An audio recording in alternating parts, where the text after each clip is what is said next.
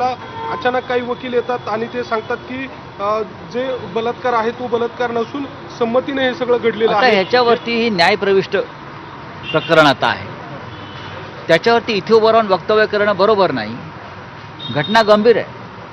या राज्याच्या गृहराज्यमंत्र्यांनीच या संपूर्ण गंभीर प्रकरणाला जे काही वेगळे पायवाटा त्यांनी फोडलेले आहेत, त्यांचं म्हणणं आहे की त्या मुलीनं स्ट्रगल केलं नाही म्हणजे काय असतं, त्या मुलीनं विरोध केला नाही, त्या मुलीनं हाणामारी केली नाही.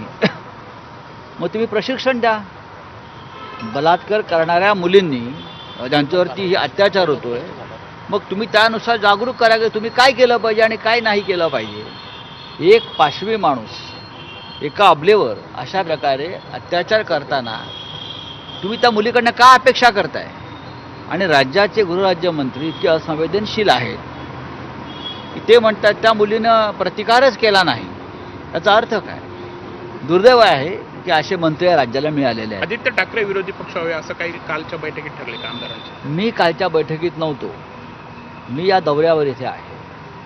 ही पक्ष संघटनेची बैठक होती उत्तर महाराष्ट्रासंदर्भात, आणि साधारण याच महिन्यामध्ये असं ठरलेलं आहे की नाशिकमध्ये शिवसेनेचं विभागीय शिबिर घेण्यासंदर्भात आमचा निर्णय झाला. उत्तर महाराष्ट्रामध्ये 2 विभागीय शिबिर आम्ही घेत आहोत, एक नाशिक